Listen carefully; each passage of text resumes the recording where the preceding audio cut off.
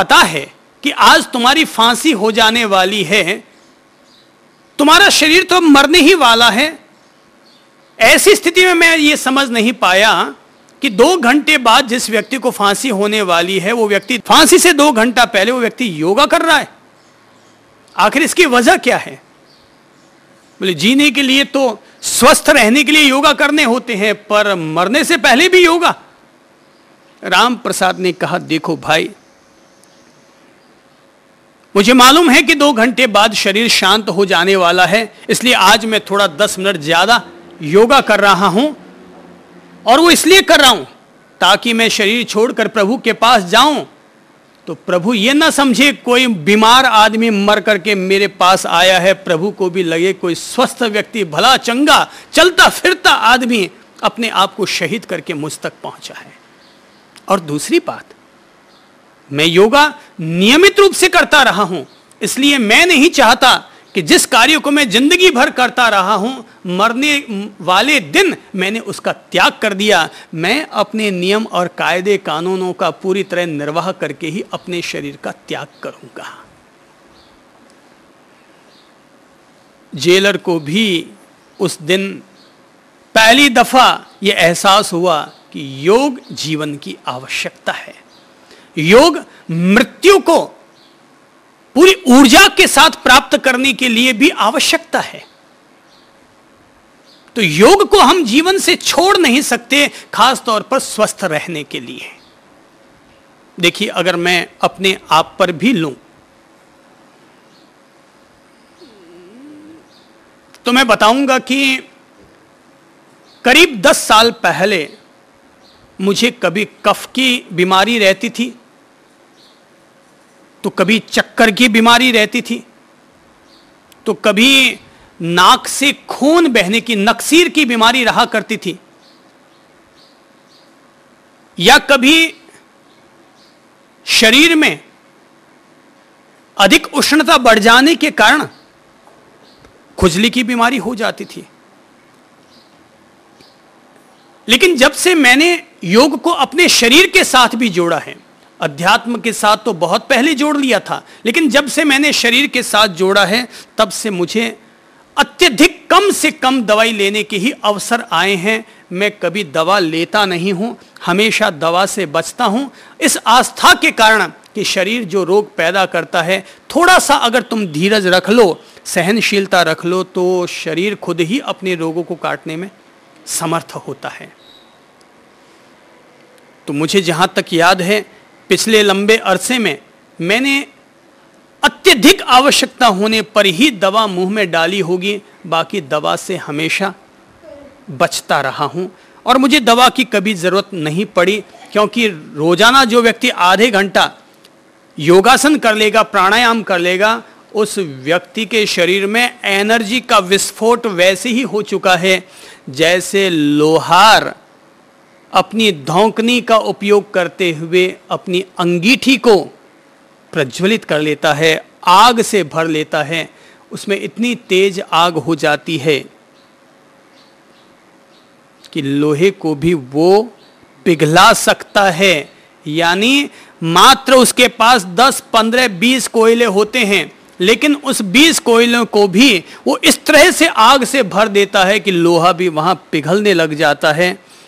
प्राणायाम के प्रति मेरी आस्था उसी लोहार की धौंकनी को देखकर हुआ है कि जैसे लोहार की धौंकनी चलती है 5 मिनट तक लगातार, लंबी गहरी सांसों के तरीके के रूप में, और धीरे धीरे धीरे धीरे वो आग इतनी तेज कर देती है वो धौंकनी कि उससे लोहे को भी वो पिघाल देती है। तो आस्था जग गई।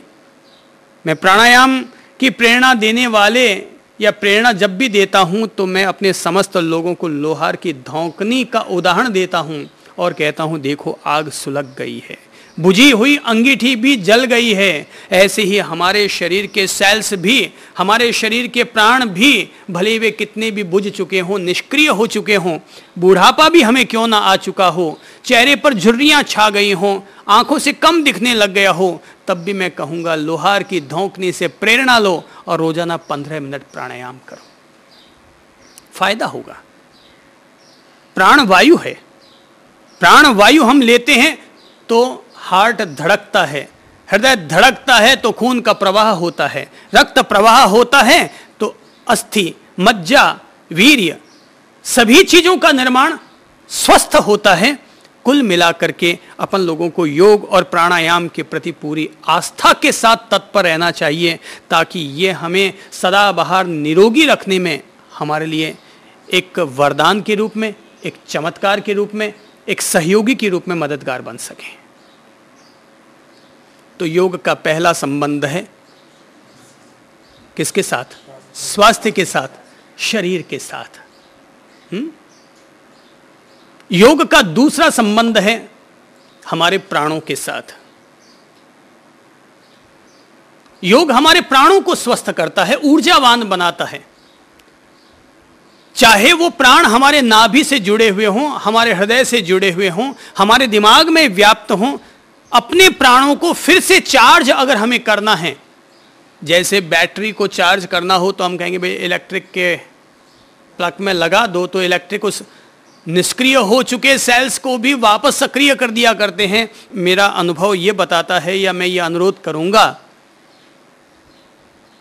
कि अपन लोगों को प्राणायाम के जरिए अपने निष्क्रिय हो चुके भीतर के सेल्स को फिर से सक्रिय कर लेना चाहिए। तो प्राणायाम बहुत बड़ा मददगार साबित हो सकता है। प्राण वायु क्या प्रभाव डालती है, इसे समझने के लिए अपन लोगों को टायर ट्यूब को देख लेना चाहिए कि जो साइकिल का पहिया, उसमें हवा कितनी भरते हैं अपन लोग। साइकिल के एक पहिए में कितनी हवा भर सकते हैं अपन लोग? कितनी भर सकते हैं? 5 लीटर अधिकतम। और कितनी भरेंगे? क्यों जी? एक ट्यूब में कितनी हवा जाएगी? नापो तो कितनी आएगी? 2 लीटर। उनके हिसाब से 2 लीटर, पर अपन 5 लीटर भी अगर मान लें तो 5 लीटर हवा अगर अंदर चली जाए ट्यूब में, तो उस पर 4 लोगों को और बैठाया जा सकता है। साइकिल से अपन आगे बढ़ सकते हैं, अपने रास्तों को पार कर सकते हैं, तय कर सकते हैं। यानी हवा हमारे जीवन के लिए आवश्यक है। जीवन के लिए नहीं, जगत की प्रत्येक गतिविधि को यहां से वहां तक पहुंचाने में मददगार है। जब थोड़ी सी हवा भर करके, एक ट्रक में थोड़ी सी हवा भर करके और उस पर कई टन माल लादा जा सकता है, तो हम अपने शरीर के साथ भी इसी तरह से वायु और प्राण वायु का उपयोग करके अपने रोगी, बूढ़े हो चुके शरीर को फिर से दैदीप्यमान, चमकता हुआ, कांतिवान, ऊर्जावान, आभायुक्त फिर से बना सकते हैं।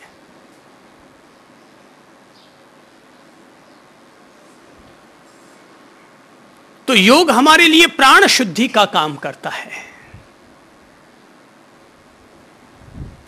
तीसरा संबंध योग का,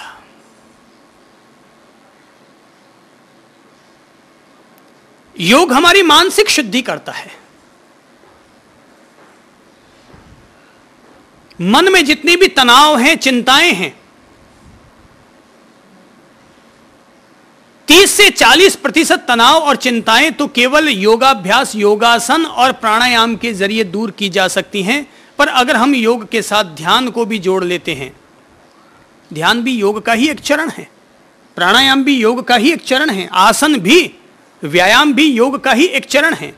योग कोई एक नाम नहीं है, योग एक पूरी साइकिलिंग का नाम है कि अहिंसा, सत्य, अचौर्य, अपरिग्रह, ब्रह्मचर्य से लेकर के आसन, व्यायाम, प्राणायाम, ध्यान, सभी चीजों को जोड़ते हुए जो हमें धीरे धीरे आगे बढ़ाता है, उसका नाम है योग।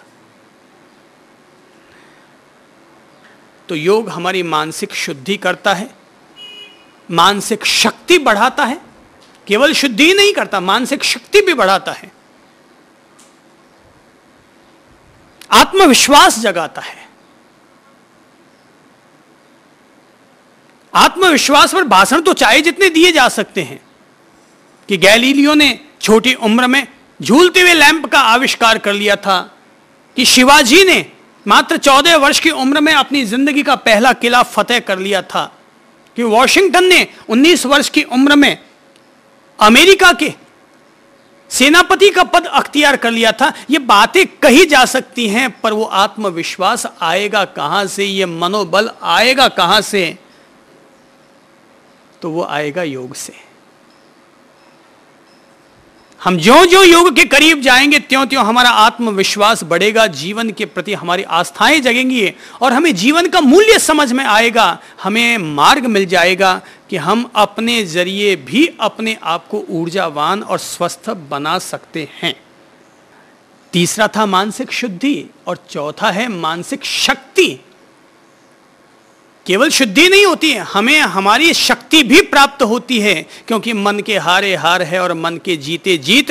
मन अगर पांगड़ा हो गया तो अपन खुद ही पंगु हो गए, पर मन जब तक सबल है तब तक मन के जीते जीत। मन डूब गया, जिंदगी डूब गई। मन जब तक मजबूत है तो 80 साल का डोकरा भी छोकरा है। इसलिए तो कहा राठी जी की तरह नृत्य करो। 80 साल के उस बुजुर्ग से प्रेरणा लो और नृत्य करो। आजकल मैंने भी कई दफा ध्यान शिविरों में, साधना शिविरों में शाम को 15 मिनट के लिए नृत्य करने की रजा दे दी है और कहता हूं प्रेम से नृत्य करो। हालांकि कई परंपराओं को इस पर थोड़ी आपत्ति हो जाती है कि नृत्य कौन सा धर्म हो गया। मैं कहता हूं सुबह योगासन कर लो और शाम को 10 मिनट नृत्य कर लो, तो दिन भर के लिए योगासन से ऊर्जा मिल गई, और नृत्य कर लिया शाम को तो दिन भर के सारे तनाव उस नृत्य के जरिए दूर हो गए। फिर वो तनाव चाहे दिमाग के हों चाहे काया के हों, तनाव दूर हो गए। 10 मिनट तक मस्ती से झूम लो। और अगर लगता है हाथ पांव चलाने में आपको, नृत्य करने में तकलीफ होती है, तो कोई बात नहीं, बैठ करके कोई भी प्रभु भक्ति की धुन ले लो और ताली बजाते हुए, झूमते हुए, मस्ती लेते हुए तत्पर हो जाओ, वो भी योग हो गया। धुन लगाना भी एक योग है, नृत्य करना भी एक योग है। जिनका योग से कोई संबंध नहीं हो, तालाब में तैरने के लिए चले जाओ, हाथ पांव चलाना वहां पर, वो भी एक योग ही है। 1 किलोमीटर दौड़ लगा के आ जाओ, जॉगिंग कर लो, वो भी योग है। पर जब हम व्यायाम करते हैं, प्राणायाम करते हैं और ध्यान लगाते हैं, योग के इन तीनों चरणों को जब हम जीते हैं, 20 मिनट व्यायाम, 20 मिनट प्राणायाम और 20 मिनट ध्यान, अगर आप ये रोजाना 1 घंटा योग को परिपूर्णता के साथ जीते हैं तो शरीर भी आपका शक्तिवान है, मन भी आपका शक्तिवान है और आपकी आत्मा भी, आपके प्राण भी शक्तिवान है। रोजाना 1